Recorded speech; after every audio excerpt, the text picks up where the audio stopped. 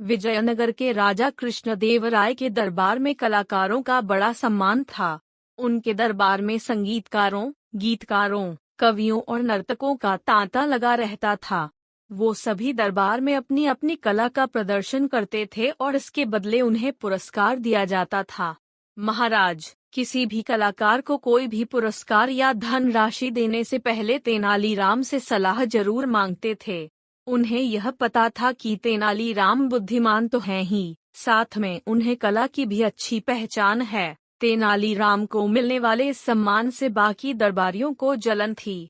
दरबारी चाहते थे कि राजा तेनालीराम पर विश्वास करना बंद कर दें। एक बार तेनालीराम दरबार में न आ सके। उनकी गैर मौजूदगी का फायदा उठाते हुए दरबारियों ने राजा के कान भरने शुरू कर दिए। उन्होंने राजा से कहा, महाराज तेनालीराम बहुत बेईमान आदमी है।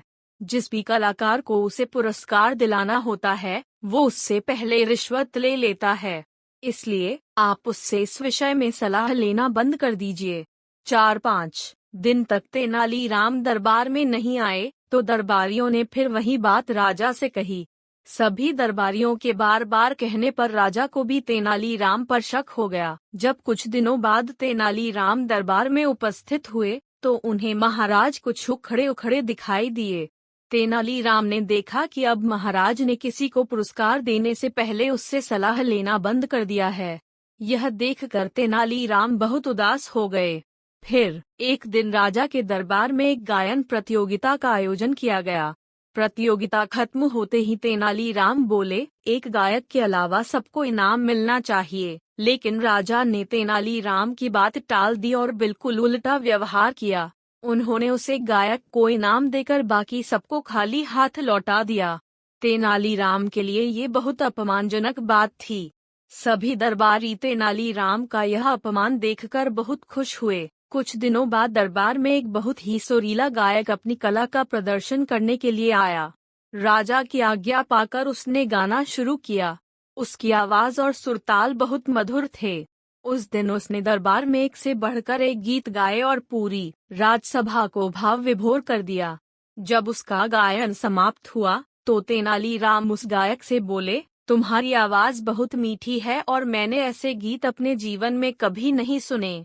इस प्रतिभा के लिए तुम्हें 15,000 स्वर्ण मुद्राएं जरूर मिलनी चाहिए। तेनालीराम की बात सुनकर महाराज बोले, तुम्हारी कला वाकई में लाजवाब है, लेकिन हमारे राजकोष में किसी गायक के लिए इतना धन नहीं है, इसलिए अब तुम जा सकते हो।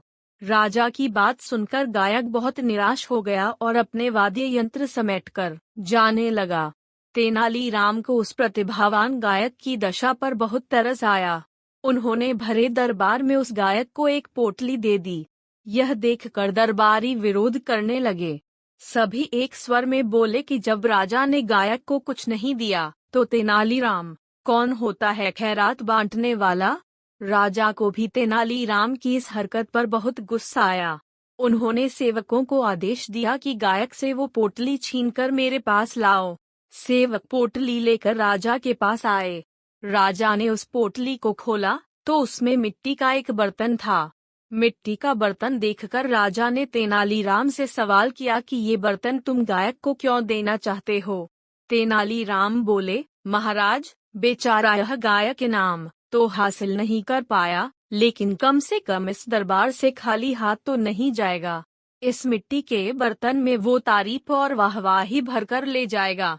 तेनालीराम के मुंह से यह जवाब सुनकर राजा को उसकी दरियादिली और सच्चाई का ज्ञान हुआ। उनका गुस्सा गायब हो गया और राजा ने गायक को 15,000 स्वर्ण मुद्राएं इनाम में दे दीं। इस तरह तेनालीराम ने अपनी सूझबूझ और ईमानदारी के बल पर राजा का विश्वास दोबारा हासिल कर लिया। वहीं तेनालीराम के विरोधी छोटा सा मुंह लेकर खड़े देखते रहे। कहानी से सीख। इस कहानी से हमें यही शिक्षा मिलती है कि सच की हमेशा जीत होती है और उसे अंत में सम्मान भी मिलता है।